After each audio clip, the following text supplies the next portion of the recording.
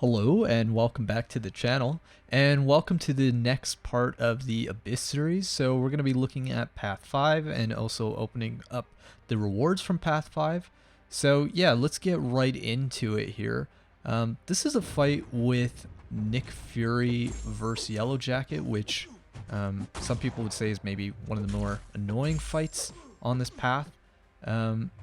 So yeah, this was my first time fighting this Yellow Jacket, and I had a pretty good run with Nick Fury here, so I'm going to show you how I play it. I didn't find it was too bad, but I'm actually in the Abyss again right now, and I actually just did the hardest path, Path 4, so you go through this Yellow Jacket again, and I actually found it was just even a little bit easier going through with Aegon. Just the damage was just so much higher.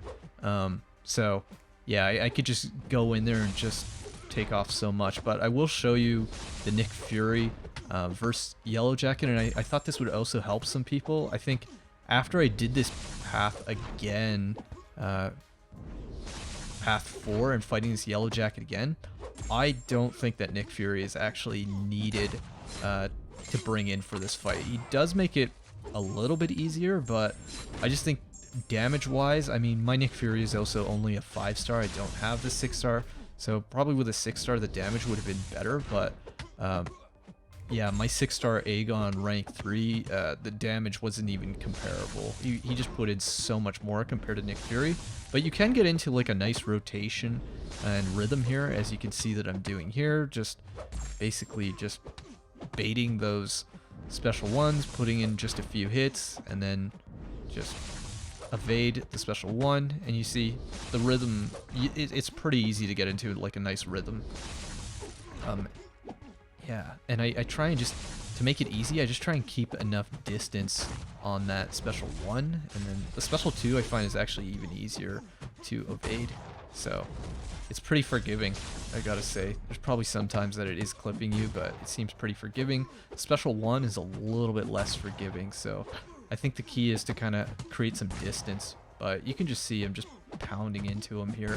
I had a good run with Nick Fury, so I thought it would be cool to show. And again, I haven't really shown a lot of fighting gameplay on the channel, so I kind of thought Abyss would be a good chance. But yeah, you can kind of just see the rhythm and the rotation here. But again, I would say Nick Fury is really not essential to bring in to the Abyss. I would say at all, actually. So you could open up a slot. There was an invisible woman on this path too, so he did help there for sure, but I think that fight can also be done with Human Torch. So if you're thinking that, hey, I need to bring Nick Fury in, and you just can't, you have some other options, because there is more champs coming to the game now, I would not necessarily bring him. The one good thing that I do like about bringing Nick Fury is that he gives an attack bonus on his synergy, and if he's dead as well. And I found I just did Path 4, and I found that I was actually just killing him off just to get that attack bonus as well. So that's really good. Nick Fury is no doubt a great champ, but if you can see from my last video, I also really like Elsa. I think she's really underrated and overlooked. So I'm happy to have her as a 6-star actually, but Nick Fury is great too. So here I think I'm just like maxing out the hit cap, and yeah, I just killed myself at the end with a power sting. Fight was pretty much over. There was nothing that was really going to happen there. So yeah, that's the Nick Fury fight versus Yellow Jacket, but I will say that I think there's other options. And then here's another fight that I thought, I found out that you could also bring or use someone else like Doom, who you're going to bring for probably the Abyss anyway. I found Doom is just such an MVP. Like, Doom is essential, I would say, for pretty much all the paths that I've done so far. I mean, again, I have him at a rank 3, so there's no reason not to bring him. But I know Corvus, a lot of people, you know, were saying to bring Corvus, but just for one fight, really, I think it's a waste of a slot. And you can see here, Doom puts in some work, and I think maybe I haven't seen anybody use Doom against this Masacre at all. And Doom also has that like really high block penetration. So I think he's actually a really good matchup for this fight. And the thing is, you can hit into that block, and then if you say have one special bar of power, then you can also power drain Masacre as well, so that he's not really building up to that SP2 as much, and you can kind of just keep complete control of the fight like Doom does. Like basically Doom, I think he's amazing too, because you can just lock down fights completely.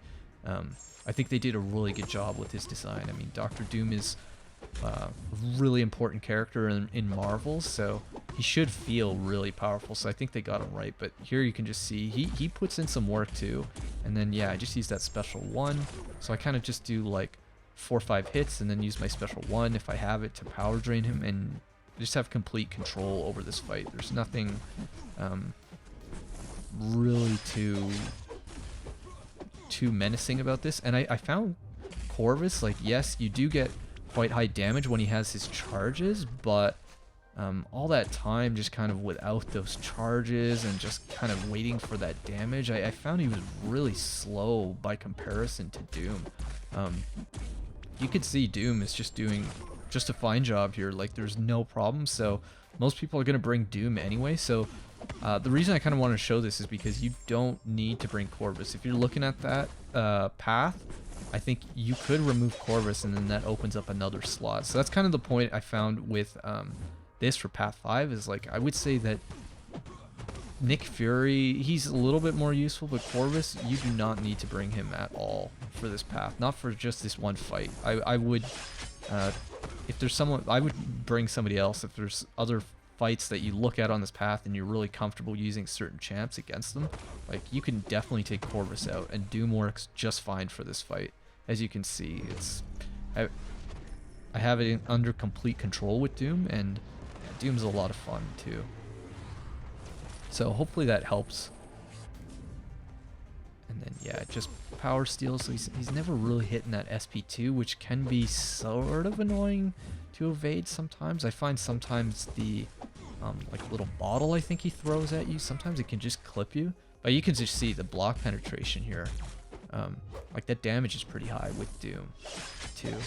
And I do something pretty interesting towards the end of the fight as well. So you're gonna see here. That's why I did record multiple clips, but this one was kind of interesting because it's ending the fight as well. So I mean, Masacre's SP1 is easy enough to evade. So I can see this hit cap, and then I throw the SP2 and place this incinerates. But check this out, he goes into blocks, so his incinerates are actually doing damage, and then I'm hitting into the block. So I thought that was kind of a cool ending, so I thought I'd show you guys that your damage over time will still affect Masacre if he is in the block state. So yeah, hopefully that helps you guys. You do not need to bring Corvus. You can use Doom. And then this is the rewards opening, so we start with this 6 stones, which isn't that exciting, but all these will be useful and used, I'm sure. And yeah, I'm currently in the Abyss. I've explored path 4, so you can expect a video on that, and I'm just finishing up path 2. So yeah, expect more videos of the Abyss coming up on the channel, and then I'll do obviously one big video with the 100% rewards opening. But hopefully you guys are enjoying just seeing me fight as well a little bit.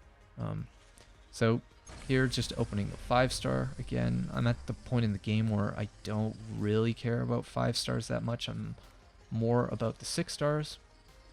So if I get any dupes from the 5-star, I'm pretty happy. There's a couple 5 stars I wouldn't mind getting.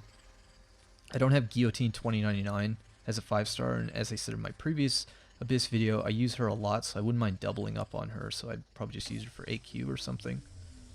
But I don't remember who I even get from this.